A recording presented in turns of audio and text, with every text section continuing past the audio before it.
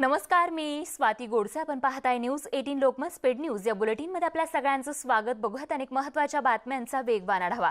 सुरुवात करूयात राजकीय वर्तुळातल्या महत्त्वाच्या घडामोडींनी. महाविकास आघाडीत वेगवेगळ्या विषयांवरून तणाव वाढला असताना महाविकास आघाडी समन्वय समितीची बैठक उद्या होतीये.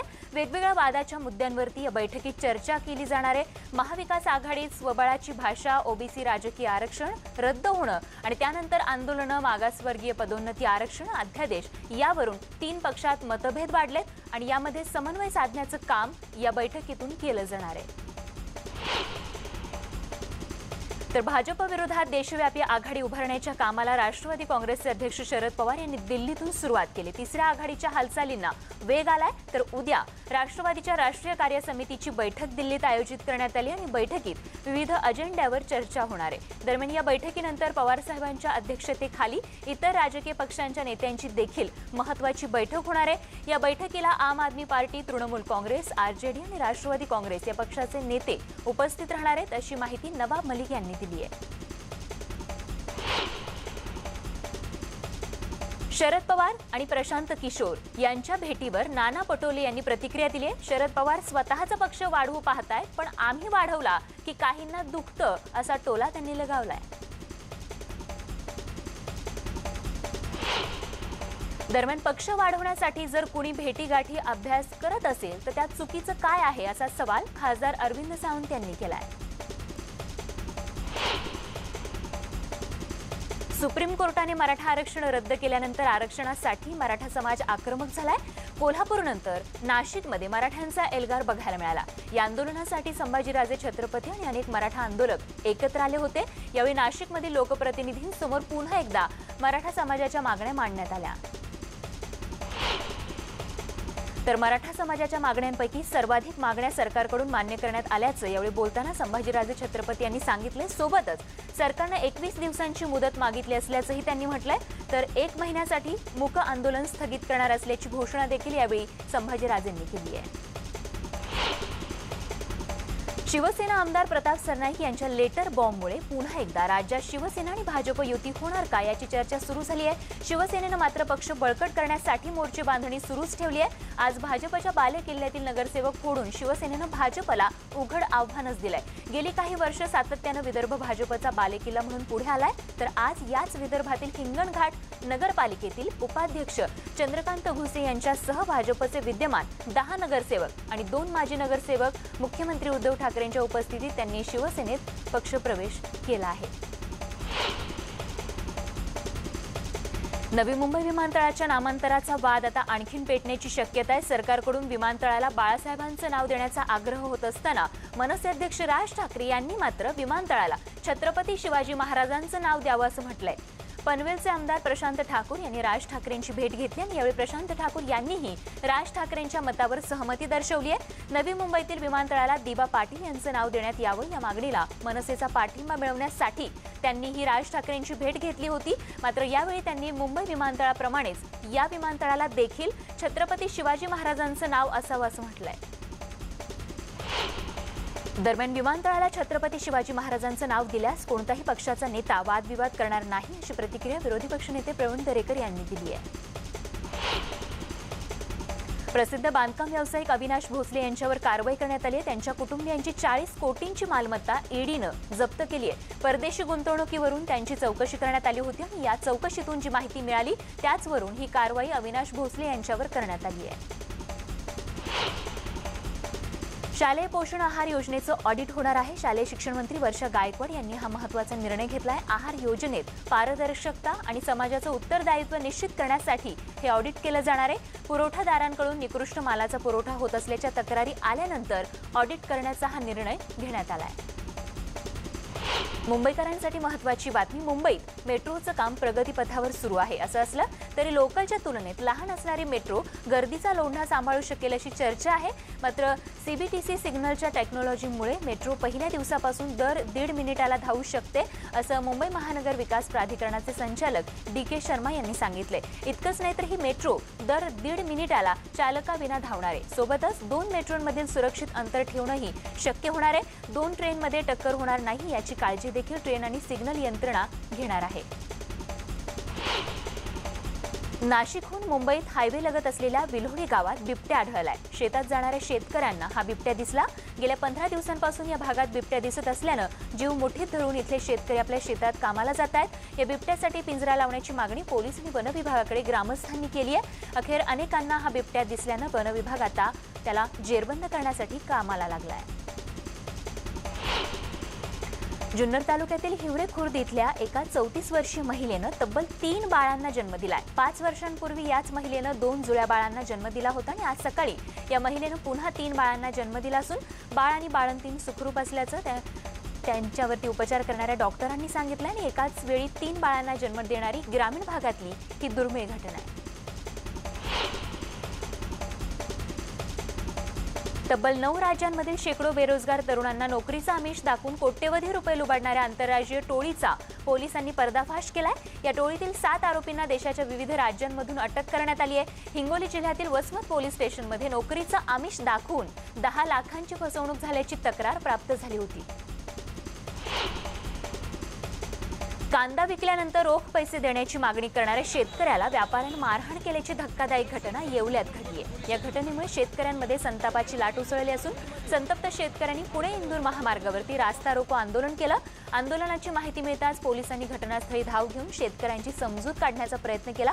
मात्र जोपर्यंत मारहाण करणाऱ्या व्यापाऱ्यांवरती गुन्हा दाखल होत नाही तोपर्यंत रस्त्यावर उठणार नाही असा पवित्रा या शेतकऱ्यांनी घेतला आणि त्यानंतर या घटनेची चौकशी करण्याचं आश्वासन दिल्यानंतर मग रास्ता रोको शेतकऱ्यांनी मागे घेतला। कल्याणमध्ये एका भाजप पदाधिकाऱ्याने चक्क नाल्यातच बसून आंदोलन केलं। पश्चिमेच्या महात्मा फुले नगरमध्ये नाल्याचं काम केलं जात नाहीये आणि त्यामुळे हे आंदोलन करण्यात आलंय। नाल्याचं काम न झाल्यानं पावसाचं पाणी नागरिकांच्या घरात शिरतंय आणि त्याचाच निषेध करत घोषणा देऊन हे आंदोलन करण्यात आलं। लसीकरणासंदर्भातली महत्त्वाची बातमी देशातून। आज देशात लसीकरणाचा नवा विक्रम झालाय। योग दिनानिमित्त लसीकरणाचा नवा रेकॉर्ड झालाय। आतापर्यंत 81 लाखांहून अधिक नागरिकांचं लसीकरण पूर्ण झालं असून देशात 3ऱ्या टप्प्याच्या लसीकरणाला सुरुवात झाली आहे। तर लसीकरण मोहिमेचं मोदींकडूनही कौतुक करण्यात आलंय। आणि आता राज्यातील जनतेसाठी आनंदाची बातमी। गेल्या 24 तासात रुग्णसंख्येत मोठी घट झाली आहे। केवळ 6270 इतक्याच नव्या रुग्णांची नोंद करण्यात आली आहे। तर दिवसभरात 94 रुग्णांचा मृत्यू झालाय। तर मृत्यू दरही कमी झाल्याचं बघायला मिळतंय। एकेकाळी रुग्णसंख्या 60,000वर जात होती तेच प्रमाण इतक्या मोठ्या प्रमाणावर कमी झाल्यानं काहीसा दिलासा मिळालाय। तर राज्यातील रिकव्हरी रेटही वाढलाय।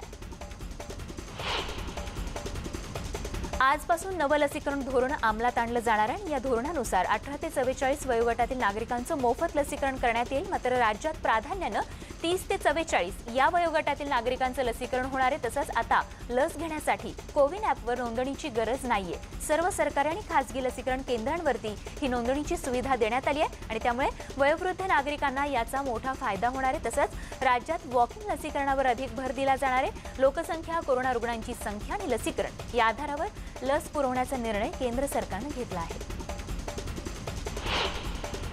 मुंबईमधून लसीकरणासंदर्भातली बातमी। गोरेगावच्या नेस्को लसीकरण केंद्रावरती लस घेण्यासाठी आलेल्या नागरिकांनी संताप व्यक्त केलाय। लसीकरण केंद्रावर सोयींचा अभाव असल्याचा आरोप यावेळी या नागरिकांनी केला। दरम्यान ज्येष्ठ नागरिकांना तासनतास रांगेत उभं राहावं लागत असल्यानं इथे काही काळ गोंधळाची स्थिती बघायला मिळाली। बातमी औरंगाबादमधून। औरंगाबादमध्ये 30 ते 44 या वयोगटातील नागरिकांना कोरोनाची लस देण्यात आली आहे। शनिवारी औरंगाबादमध्ये पहिल्या दिवशी 10 केंद्रांवरती 2080 नागरिकांनी लस घेतली होती। तर आज शहरात महापालिकेच्या वतीनं एकूण 67 केंद्रांवरती लसीकरण सुरू होतं। त्यातील 37 केंद्रांवरती नोंदणी केलेल्या नागरिकांसाठी तर 30 केंद्रांवरती थेट लसीकरण करण्यात आलं। बातमी कोल्हापुरातून। कोल्हापूर जिल्ह्यात अनेक केंद्रांवरती लसच उपलब्ध नसल्याचं चित्र बघायला मिळालं। कोल्हापुरात अनेक केंद्रांवर लस नसल्याचे फलक लावण्यात आले होते आणि आजपासून सर्वत्र लसीकरणाला सुरुवात झाली। कोल्हापुरात मात्र लसीचा साठाच उपलब्ध नव्हता। नागपूरमधून बातमी आहे। नागपूरमध्ये 30 वयोगटांवरील सर्व नागरिकांचं लसीकरण सुरू आहे। नागपूरच्या 106 केंद्रांवरती हे लसीकरण सुरू असून त्यापैकी 3 केंद्रांवरती कोवॅक्सिन तर 103 केंद्रांवरती कोविशिल्डचे लसीकरण सुरू आहे। नागपूरमध्ये आतापर्यंत फक्त 1,80,000 इतक्याच नागरिकांना दुसरा डोस देण्यात आलाय। तर अजूनही 3,50,000 नागरिक दुसऱ्या डोसच्या प्रतीक्षेत आहेत। कोल्हापूर जिल्ह्यात लसीचा तुटवडा जाणवतोय। एकीकडे सर्वांना मोफत लस देण्याच्या मोहिमेत पहिल्याच दिवशी कोल्हापुरात मात्र लसीचा तुटवडा आहे। कोल्हापुरात अनेक लसीकरण केंद्रांवरती लस नसल्याचे फलकही लावण्यात आले होते।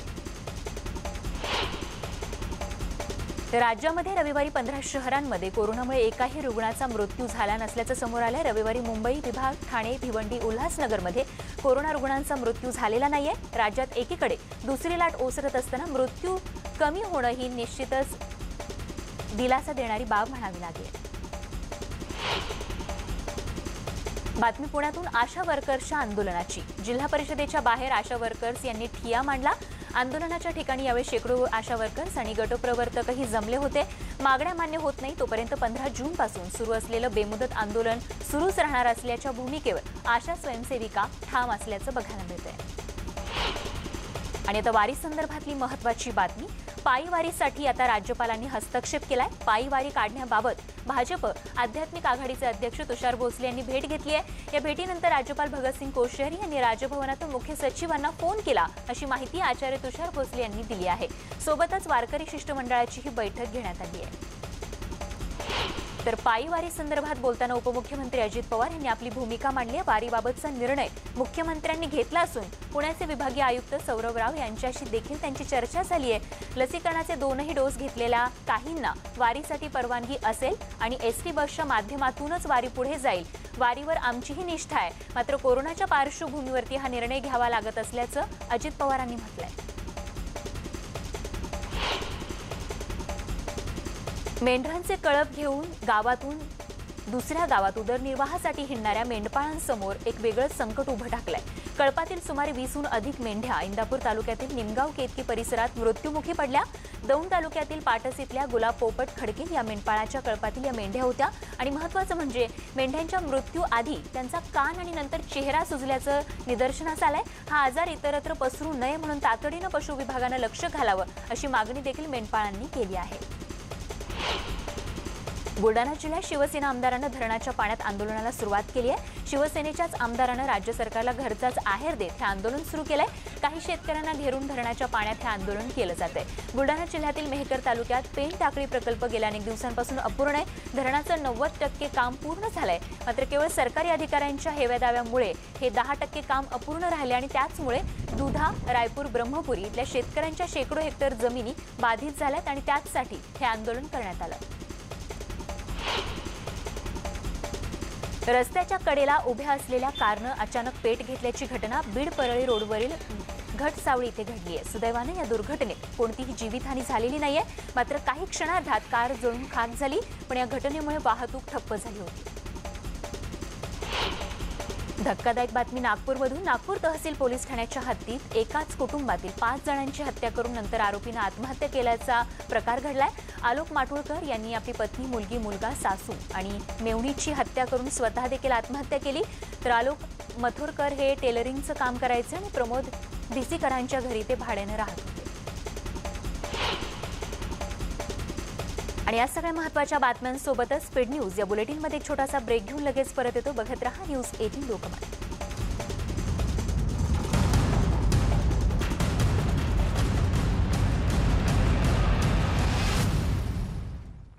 आपण पाहताय न्यूज 18 लोकमत। ब्रेक नंतर स्पीड न्यूज मध्ये आपल्या सगळ्यांचं पुन्हा एकदा स्वागत आणि आता बघत आणखीन काही महत्त्वाच्या बातम्यांचा वेगवान आढावा। सुरुवातीला बातमी योग दिनानिमित्त। आज 21 जून आंतरराष्ट्रीय योग दिवस। शरीर आणि मनाला चैतन्य देणारा योग। भारतामध्ये या योगाभ्यासाला एक वेगळीच परंपरा आहे आणि याच निमित्तानं गेल्या 7 वर्षांपासून भारतातच नाही तर जगभरात आजचा दिवस हा योग दिन म्हणून साजरा केला जातो। तब्बल 109 देशांमध्ये योग दिन साजरा केला जातोय।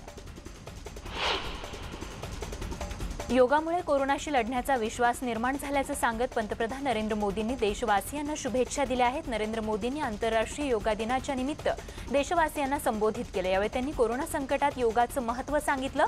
योगामुळे निरोगी आयुष्य, सामर्थ्य आणि सुखी जीवन मिळतं याची आठवणही त्यांनी करून दिली आहे। तर सुखी आयुष्यासाठी योगा महत्त्वाचा असल्याचं पंतप्रधानांनी म्हटलंय। जागतिक योग दिनानिमित्त मुंबईच्या महापौर किशोरी पेडणेकर यांनी कर्मचाऱ्यांसह योग साधनेत सहभाग घेतला। यावेळी त्यांनी नागरिकांना योग दिनाच्या शुभेच्छाही दिल्या। आंतरराष्ट्रीय योग दिनानिमित्त पुण्यात योग शिबिराचं आयोजन करण्यात आलं होतं। हमालवाडा नारायणपेठ इथल्या शिवाजीराव आढाव वाहनतळ इथे या शिबिराचं आयोजन करण्यात आलं। कृतिशील शिक्षक महाराष्ट्रतर्फे सुरू असलेल्या मस्ती की पाठशाला या ऑनलाईन शिक्षणाच्या अनोख्या उपक्रमात राज्यातील 36 गावांमधील 20,000 विद्यार्थ्यांनी योग आणि प्राणायामचे धडे घेतले। कोरोना काळात प्रकृती ठीक ठेवण्यासाठी आणि संभाव्य तिसऱ्या लाटेमध्ये विद्यार्थी बाधित होतील या भाकितामुळे हा उपक्रम महत्त्वाचा आहे असं मत सहभागी झालेल्या शिक्षकांनी आणि मुलांनीही व्यक्त केलंय। तर आज जागतिक योग दिन आहे आणि योगाचं आपल्या आयुष्यात अनन्यसाधारण महत्त्व असून रत्नागिरी जिल्ह्यातल्या खेडमधील शिवते शासकीय कोविड केअर सेंटरमध्येही शासकीय डॉक्टर्स कोरोनाबाधित रुग्णांना योगाचे धडे देताना बघायला मिळाले। शरीरातील ऑक्सिजनची क्षमता वाढवण्यासाठी कोरोना रुग्णांना योगा फायदेशीर ठरत आहे आणि त्यामुळे डॉक्टरांनी रुग्णांना अशा पद्धतीने योगा शिकवला। योगाच्या संदर्भात वेगळ्या पद्धतीने संदेश देण्याचा प्रयत्न केला जातोय। वाळूवर शिल्प साकारण्यासाठी प्रसिद्ध असलेल्या सुदर्शन पटनाईक यांनी देखील आपल्या कलेच्या माध्यमातून पर्यावरणाचं महत्त्व पटवून देण्याचा प्रयत्न केलाय। पद्मश्री पुरस्काराने सन्मानित शिल्पकार सुदर्शन पटनाईक यांनी ओरिसाच्या पुरी इथल्या बीचवर योगा संदर्भातलं वाळूचं शिल्प तयार केलंय। बुलढाण्यातील खामगावमध्येही जागतिक योग दिनानिमित्त कार्यक्रमाचं आयोजन करण्यात आलं।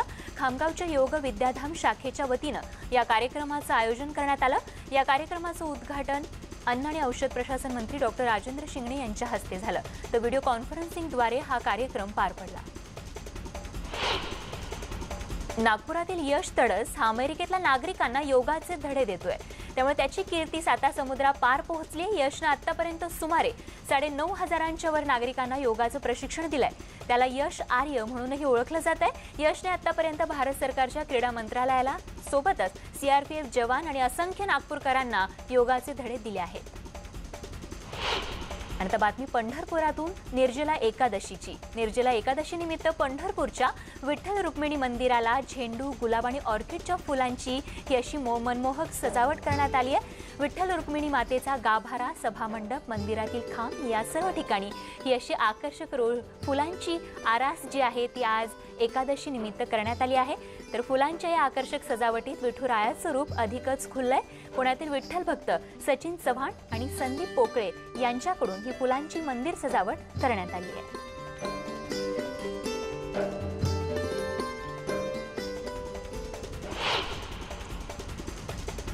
आणि विठ्ठल रुक्मिणीच्या या दर्शनासोबतच या बुलेटिनमध्ये वेळ झाली तेच थांबण्याची, पण जाता जाता तेच महत्त्वाची आठवण ती म्हणजे मास्क लावा आणि सुरक्षित राहा आणि ताज्या बातम्यांसाठी बघत राहा न्यूज 18 लोकमत।